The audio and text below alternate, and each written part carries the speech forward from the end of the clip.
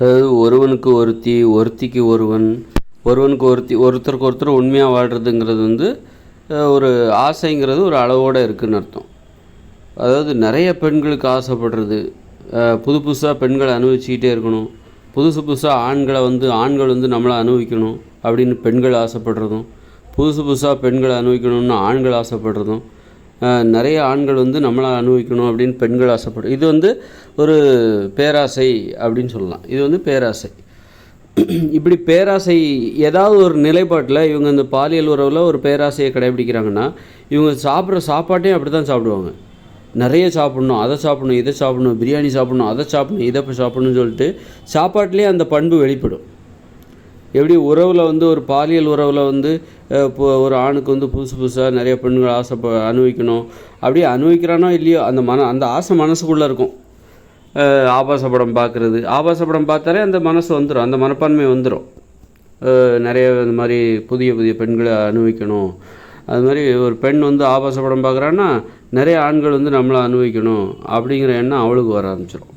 அப்படி இருக்கும்போது இந்த மாதிரி அவங்க வந்து ஒரு நிஜ வாழ்க்கையில் அப்படி அனுபவிக்கிறாங்களோ இல்லையோ, அது சாத்தியம் இல்லையோ, அதெல்லாம் பெரிய பணக்காரர்களுக்கு தான் சாத்தியம். அவர் பணம் கொடுத்து அதற்கான ஆட்களை வந்து பார்த்துப்போங்க, அதுதான் சாத்தியம். அப்படி இருக்கும்போது அல்லது ஒரு மும்பையில் போய் வாழ்கிறாங்கன்னு வச்சுக்கோங்க, ரெட் லைட் ஏரியாவில் அதுக்கு பக்கத்தில் எங்கேயா குடியிருக்கிறவங்களுக்கு அப்பப்போ மாத சம்பளம் வாங்கி அதில் ஒரு தொகையை ரெட் லைட் ஏரியாவுக்கு போயிட்டு வந்துடலாம் அப்படின்னு கூட யோசிப்பாங்க. அது மாதிரி கல்கத்தா, சோனாகஞ்சி, அது மாதிரி தாய்லாந்தில் அந்த மாதிரி வழக்கம்லாம் இருக்கும். தாய்லாந்துலலாம் விபச்சாரத்தின் மூலம் அந்நிய செலாவணி ஈட்டுகிறார்கள். அதனால் நிறைய பெண்களை அனுபவிக்கணுங்கிற அந்த கனவு அங்கே உள்ளவங்களுக்கு ரொம்ப எளிது. இங்கே உள்ளவங்களுக்கு, இந்தியாவில் உள்ளவங்களுக்கு அது வந்து சாத்தியமில்லாத ஒன்றாக இருக்கும். ஒரு மனைவியை தவிர வேறு யாருக்குமே எனக்கு வாய்ப்பு இல்லைப்பா, மனசில் ஆசை இருக்குது ஆனால் வாய்ப்பே இல்லை அப்படிங்கிறவங்க தான் இங்கே நிறைய பேர் இருக்காங்க. ஆனால் இயல்பான கட்டுப்பாட்டோடு இருக்காங்களா, ஒருத்தருக்கு உண்மையாகவே மனதளவில் இயல்பாக ஒருத்தருக்கு உண்மையாகவே இருக்காங்களா அப்படின்னா அது ரொம்ப அரிதாகத்தான் இருக்குது. மற்றபடி எல்லாருக்கும் பெரும்பாலானவங்களுக்கு மனசுக்குள்ளே அந்த ஆசை இருக்கும். ஆனால் வந்து நிஜ வாழ்க்கையில் அது சாத்தியம் இல்லை. ஒரு ஆண் வந்து பல பெண்களோடு போகிறதோ, பல பெண்களோடுனா ஒரே நேரத்தில் போக மாட்டாங்க, அதாவது அடிக்கடி வெவ்வேறு பெண்கள், புதிய புதிய பெண்கள், இதெல்லாம் வந்து நிஜ வாழ்க்கையில் வந்து நம்ம தமிழ்நாடு அது மாதிரியான நாடுகளில் சாத்தியம் இல்லை. ஆனால் ஒரு சில நாடுகளில் ரொம்ப அபூர்வமாக, ஒரு சில நாடுகள் இந்த தாய்லாந்து அது மாதிரியான இடத்துல அது சாத்தியம். அது மாதிரி வந்து இப்போ சிவப்பு விளக்கு பகுதி பம்பாயில் இருக்கிறவங்களுக்கு அது ஒரு வேளை சாத்தியமாக இருக்கும், பணம் கொடுத்து போகிற வாய்ப்பு இருக்குது. அப்படி இருக்கும்போது இந்த மாதிரி பல, அதாவது பேராசைன்னு வச்சுக்கோங்களேன், பாலியல் உறவில் வந்து ஒரு உண்மையாக இல்லாமல் இந்த மாதிரி ஒரு முறைகேடான பாலியல் உறவுக்கு ஆசைப்படுறது, நிறைய பேரை அனுபவிக்கணும்னு ஆசைப்படுறது, நிறைய பேரோட உடல் உறவு வச்சுக்கணும்னு நினைக்கிறது, இதெல்லாம் வந்து இது வந்து அவங்க வாழ்க்கையில் கடைபிடிக்கிற எல்லா நடைமுறையிலையும் இருக்கும். நிறைய பணம் சம்பாதிக்கணும்னு ஆசைப்படுவாங்க நிறைய பெண்கள், நிறைய ஆண்கள். அப்படி ஆசைப்படுகிற பெண்களும் ஆண்களும் நிறைய பணம் சம்பாதிக்கணும், ஆடம்பரமாக வாழணும், நிறைய சாப்பாடு சாப்பிடணும், உலகத்தில் விதவிதமான சாப்பாடு எங்கெல்லாம் கிடைக்குதோ அங்கெல்லாம் போய் சாப்பிட்றணும் அப்படின்னு சொல்லிட்டு அந்த மாதிரி ஆசைப்படுவாங்க. கிட்டத்தட்ட சொல்லப்போனால் அந்த மாதிரி பேராசைக்கு அவங்க வந்து பலியாகிட்டு இருக்காங்க அப்படின்னு அர்த்தம்.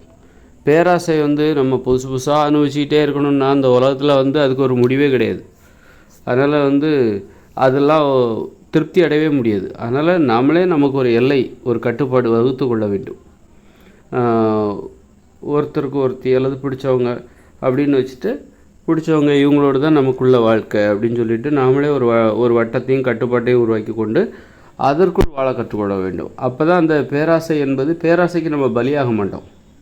ஏன்னா இந்த உலகத்தில் எல்லாத்தையும் அனுபவிக்கணும் அப்படின்னு நினச்சா அதுக்கு ஒரு முடிவே இல்லாமல் போயிடும்.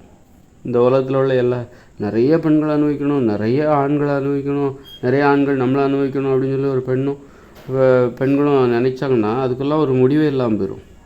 அது ரொம்ப ஆபத்தானது கூட. அது வந்து இன்பம் கிடையாது. அது வந்து மகிழ்ச்சியாக வாழ்வதற்கு அது தேவையில்லாத ஒன்று. மகிழ்ச்சியாக வாழ்வதற்கு என்ன தேவைன்னா அன்பு, உண்மை, ஒருத்தர் நம்மளை எப்படி நேசிக்கிறாங்க அதைத்தான் நம்ம புரிஞ்சுக்கிறோம். ஒரு கணவன் மனைவி ஒருத்தர் உண்மையாக இருக்காங்கன்னா ஒருத்தர் அவங்க எவ்வளோ நேசிக்கிறாங்க, ஒவ்வொரு பிரச்சனைகள்லையும் எப்படி அவங்க ஒரு நிலைப்பாடை எடுத்து ஒருத்தரை நேசிப்பதில் எப்படி உறுதியாக இருக்கிறாங்க, எப்படி வந்து அன்பை செலுத்துகிறார்கள், அந்த மாதிரி நம்ம வந்து பயணிக்கணும். அந்த விஷயத்தில் அன்பு செலுத்துவதில் பயணம் செய்ய வேண்டும். அதுதான் வாழ்க்கை அனுபவிப்பதற்கான வழி. வெறும் உடல் சார்ந்து சிந்திக்காமல் மனம் சார்ந்து சிந்திக்கணும். அதுக்கு உண்மையாக இருந்தால் தான் அது சாத்தியம். அன்பு என்பது உண்மையாக இருக்கணும். உண்மையாக இருந்தால் தான் அது வந்து சாத்தியமாகும். இந்த மாதிரி பல பெண்களை அனுபவிக்கணும், பல ஆண்கள் தன்னை அனுபவிக்கணும் அப்படின்னு சொல்லி பெண்களை யோசிக்கிறது, பல பெண்களை அனுபவிக்கணும்னு ஆண்களை யோசிக்கிறது, இந்த மாதிரி சிந்தனைலாம் எதில் நிறைய எல்லா செயல்கள்லையுமே வந்து ஒரு பேராசையை தூண்டிவிடும். ஒரு பணம் சம்பாதிக்கணுமா, அதுலேயும் பெரிய ஆசை, நிறைய பணம் சம்பாதிக்கணும். அப்புறம் வந்து பார்த்திங்கன்னா பெரிய வீடாக கட்டு, பெண்ணா ஒரு பொண்டாட்டி எனக்கு பத்தாது, 10 பொண்டாட்டி எனக்கு வேணும், 10 பேர் அது மாதிரி நிறைய பெண்கள் வேணும், நிறைய ஆண்கள் வேணும் அப்படின்னு நினைக்கிறேன். நிறைய சாப்பாடு வேணும், விதவிதமாக மாமிசம், இன்றைக்கி ஆட்டுக்கறினா நாளைக்கு மாட்டுக்கறி, அடுத்த நாள் பன்னிக்கறி, இந்த மாதிரி விதவிதமாக மீன், அப்படி இப்படின்னு சொல்லிட்டு அந்த மாதிரி ஆசைகள்லாம் வந்துடும். அப்போ தான் என்ன ஆகுதுன்னா, இந்த உடம்பு வந்து நோய் வர ஆரம்பிச்சிருது, குண்டாக ஆரம்பிச்சிருது, உடல் பருமன் அதிகமாக ஆரம்பிச்சிருது. அதனால் இதுக்கு இந்த பாலியல் உறவில் நம்ம கட்டுப்பாடாக இருக்க கற்றுக்கணும். பாலியல் உறவில் நம்ம உண்மையிலே பாலியல் உறவில் எது இன்பம் என்றால் அந்த அன்பு தான் இன்பம். ஒருவருக்கு உண்மையாக இருப்பதன் மூலம் அவர் நம்மீது காட்டுகிற அன்பு, நாம் அவர் மீது காட்டுகிற அன்பு, அந்த உண்மையான அன்பு, அதில் தான் நம்ம வந்து ட்ராவல் பண்ணணும். அதில் தான் நம்ம புதுமையை தேட வேண்டும். புதுமை தேடுறேன்னு சொல்லிட்டு புதிய புதிய பெண்களையாக தேடிட்டுருக்கூடாது, புதிய புதிய ஆண்களையாக தேடிட்டுருக்கூடாது.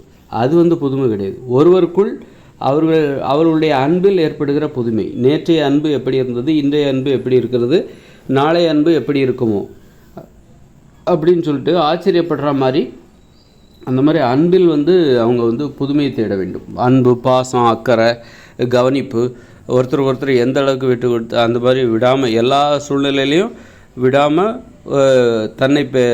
தன்னை துணையாக வைத்துக்கொள்வதில் உறுதியாக இருப்பது. அந்த மாதிரி அதில் வந்து எப்படி இருக்கிறாங்க இன்னும் உறுதியாக. அந்த மாதிரி நாட்கள் ஆக ஒரு கணவன் மனைவியோட அவங்களோட உறவு வந்து வலிமை அதிகமாகிட்டே தான் போகும். வலிமை அதிகமாகிட்டே தான் போகும். அந்த ஒருத்தருக்கு உண்மையாக இருக்கும்போது நாட்கள் ஆக வலிமை அதிகமாகிட்டே போகும். நீங்கள் புதிய புதிய பெண்களை தேடிட்டு, ஒருத்தருக்கு உண்மையாக இல்லாமல் புதிய புதிய பெண்களை தேடுறது, புதுசாக ஆண்களை தேடுறது, அதில் வந்து கடைசியில் பார்த்தா யாருமே பக்கத்தில் நிற்க மாட்டாங்க. உண்மையான அன்பை தெரிஞ்சிக்கவே முடியாது.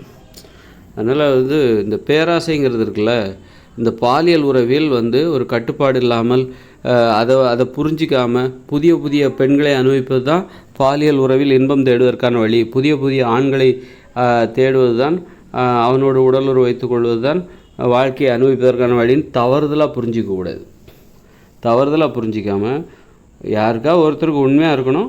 அவங்க உண்மையாக இருக்கும்போது, உண்மையாக இருந்தால் தான் உண்மையாக இருக்கணும். மற்றபடி பிடிக்கலன்னா பிடிக்காதவங்ககிட்டலாம் உண்மையாக இருக்கக்கூடாது. பிடிக்கலன்னா அவங்கள விட்டு பிடிச்சவங்கள தேட வேண்டியதுதான். அல்லது நீங்கள் ஒருத்தரை பிடிச்சி வாழ்ந்துருக்கீங்க அப்படின்னா அதை விட சிறப்பாக இன்னொருத்தரை பிடிச்சிருக்கு அப்படின்னா பிரியறதுக்கு வாய்ப்பு இருந்தால் பிரிஞ்சிக்கலாம். அதுதான் வாழ்க்கை. நீங்கள் மகிழ்ச்சியாக இருக்கணும், இன்னும் அதிகமான மகிழ்ச்சியாக இருக்கணும். அந்த மாதிரி மகிழ்ச்சியாக இருக்கிறதுக்கு என்ன தேவையோ அதை தான் போய் தேடணுமே தவிர, அதுக்காக நான் வந்து ஒரு பெண்ணை கல்யாணம் பண்ணிட்டா அதோட அவ கூட தான் நீ வாழ்ந்த அப்படி சொல்லலை. பிடிச்சவங்களாக இருந்து அவங்களுக்கு உண்மையாக இருக்கணும், பிடிச்சவங்கள தேடணும். அப்படி தேடி அவங்களுக்கு உண்மையாக இருக்கணும்.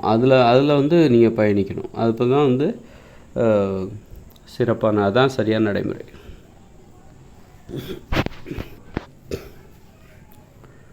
ஒருவருக்கு உண்மையாக இல்லாமல் புதிய புதிய பெண்களை தேடி போகிறது, புதிய புதிய ஆண்களை வந்து எதிர்பார்க்கிற பெண்கள் இதெல்லாம் என்னவா மாறும் அப்படின்னா, நிறைய சாப்பாடு திங்கிறதுக்கான வழியை தான். நிறைய பேர் சாப்பிட்டுட்டே இருப்பாங்க, நிறைய சாப்பிடுவாங்க. அதுக்கெல்லாம் இந்த மனப்பான்மை தான் காரணம். புதுசாக ஆண்களை எதிர்பார்க்குறது, புதுசாக பெண்களை எதிர்பார்க்குறது. அது அவங்க நடைமுறை வாழ்க்கையில், நிஜ வாழ்க்கையில் அவங்களுக்கு சாத்தியமாகுதோ இல்லையோ, ஆனால் மனசுக்குள்ளே அந்த ஆசை இருக்கும். அல்லது அவங்க கட்டுப்பாடுங்கிற பேரில் அதை ரொம்ப அடக்கி கூட வச்சுருப்பாங்க, அடக்கி வச்சுக்கிட்டே இருப்பாங்க. ஆனால் அந்த ஆசை பறந்துக்கிட்டே இருக்கும். அந்த ஆசைக்கு ஒரு மதிப்பு கொடுத்து அதாவது ஒருத்தரோட ஒரு வாழ்க்கையில் வந்து குறைஞ்சது